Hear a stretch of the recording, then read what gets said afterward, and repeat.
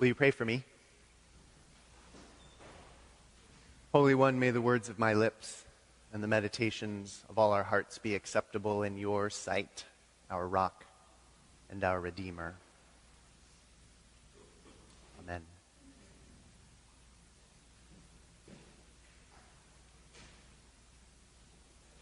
They got up before dawn, and it was pitch black in their house. Once there would have been street lights shining outside the windows, and a little bit of yellow would have come in and guided their way across the floor. Once they would have been able to turn the light on, but not today. And so they got up and they felt their way across the kitchen, reached their way across the tabletop till they felt the box of matches. They opened it up, and last night, when she had counted, there were 20 matches. Just 20 left from the whole box. So she knew she had to make this one count, and she struck it and missed. And she struck it again, and it lit. And so she lit a candle on the table, and there, in the glow of that candlelight, they got dressed. They tiptoed over to the door in the opposite wall and put their ears up to it, where his mother was sleeping with their children. They knew they would be safe. And so they went back to the table, and he picked up the 5-gallon can and the 1-gallon can, and she picked up 2 5-gallon jerry cans, and they blew out the candle and went out the door, and they kissed there in the street. Dios te bendiga, she said to him. Dios te bendiga, he said back. And after blessing one another, they went in opposite directions. He went toward downtown, where he would stand in line at the gas station. And she went in the other direction toward the edge of town, through the stinking, wet streets. She got a little way out on the main road and took a left on a path through the fields. And she walked for a while, and then she started to climb, and she started to climb harder. She got to the top of the hill there outside town, and there she found another line waiting for her. There was a man there with 5 empty bleach bottles. And there was a woman there with 2 empty 2-liter Coke bottles. And there she was with her 2 5-gallon jerry cans.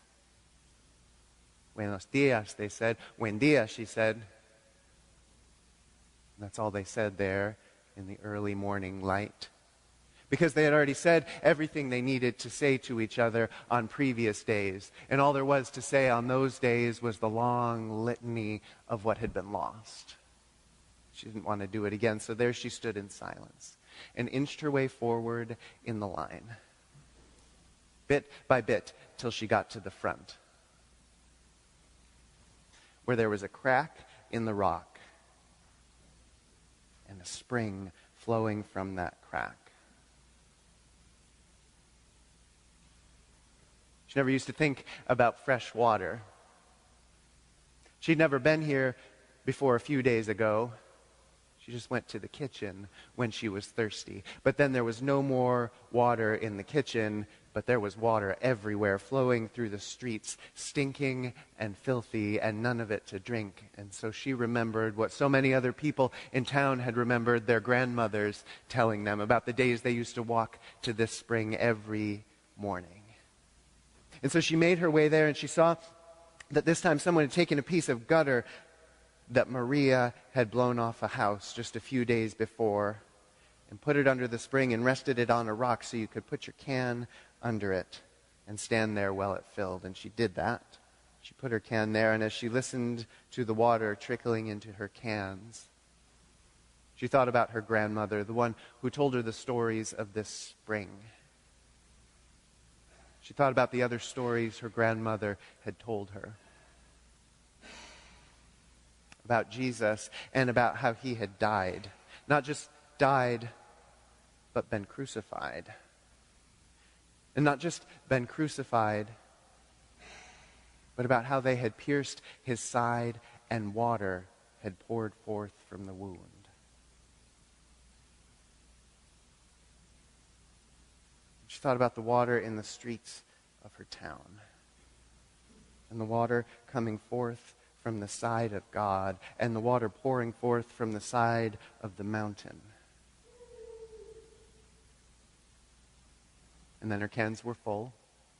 She screwed the tops on and struggled her way down the mountain with those cans banging at her legs.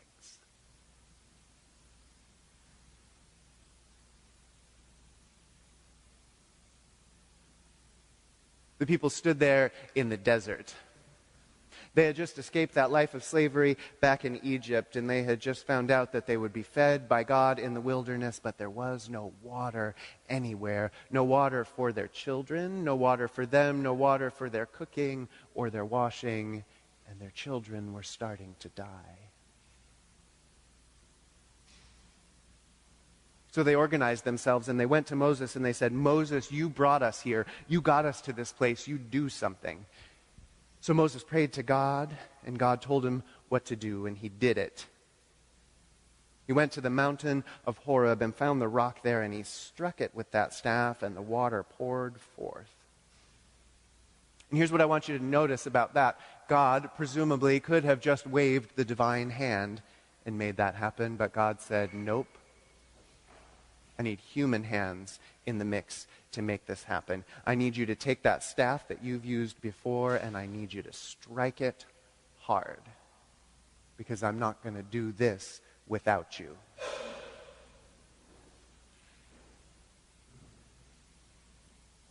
I believe that there's plenty of water in the world. I believe there's plenty of food in the world, plenty of medicine in the world, more than enough gas in the world. But I believe that there are some rocks lodged where hearts ought to be in the chests of some people in Washington. And they are blocking the flow.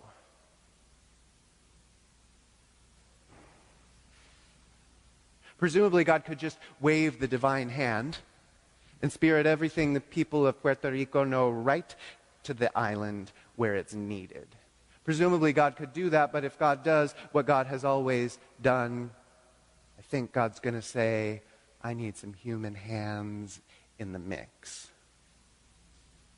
I'm going to need some humans to pick up their staves and strike the rocks behind those rib cages until they crack open and let the mercy flow into the world. I could do it without you, but I will not, says God. So pick up your staves and strike.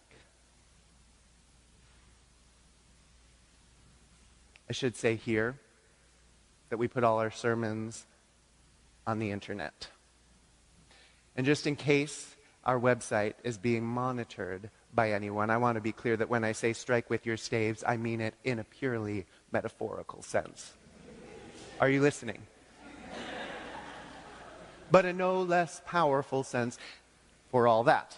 Our United Church of Christ has asked us to take part in an action that they hope will crack open the hard stone hearts of certain people who tweet while playing golf, and certain others who sit comfortable while others die. It's a start. It won't do everything, but it'll be a first swing at those hard hearts. There's a letter writing campaign that our U.C.C. has put together, and I want to ask you to consider taking part in it. I have copies of these letters here, and just behind them is a place where you can sign up to send such a letter. You don't have to write the letter. If you don't want to, you just put the information that's here on these that is asked for here on these clipboards down. We'll collect them at the back of the sanctuary, and anybody who puts their information down will be sure their letter goes to the appropriate representatives. We need all the information that's here, especially including your zip code and your address, your mailing address, and your email address. Those three things are the most important. And if you have a fancy title like doctor or rev or something like that, put that down too. Those, I'm sorry to say, carry a little more weight if you have them. So I'm going to send these around. You can read the letter that's there. If you are willing to put your name on it, do so, and then just make sure that it continues making its way through the congregation And if you guys could be sure that this one gets over to that side at some point, this one's for you all. Not only that, but today will be the first Sunday of taking our annual Neighbors in Need special mission offering for the United Church of Christ. A third of that offering goes to American Indian Ministries in the U.C.C. We talked about that a little while ago, but the rest of it goes to ministries of mercy and justice in the United States and Puerto Rico. This is a way that you can give to help our United Church of Christ support efforts to feed, to give a cup of cold water, to bring medicine, mercy, succor, and aid to the people of Puerto Rico. If you can't do either of those things, I hope that you will pray. For there are staves and there are staves, and we need to strike with all that we have.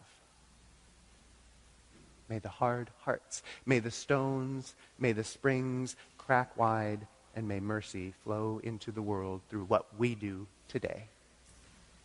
Say amen.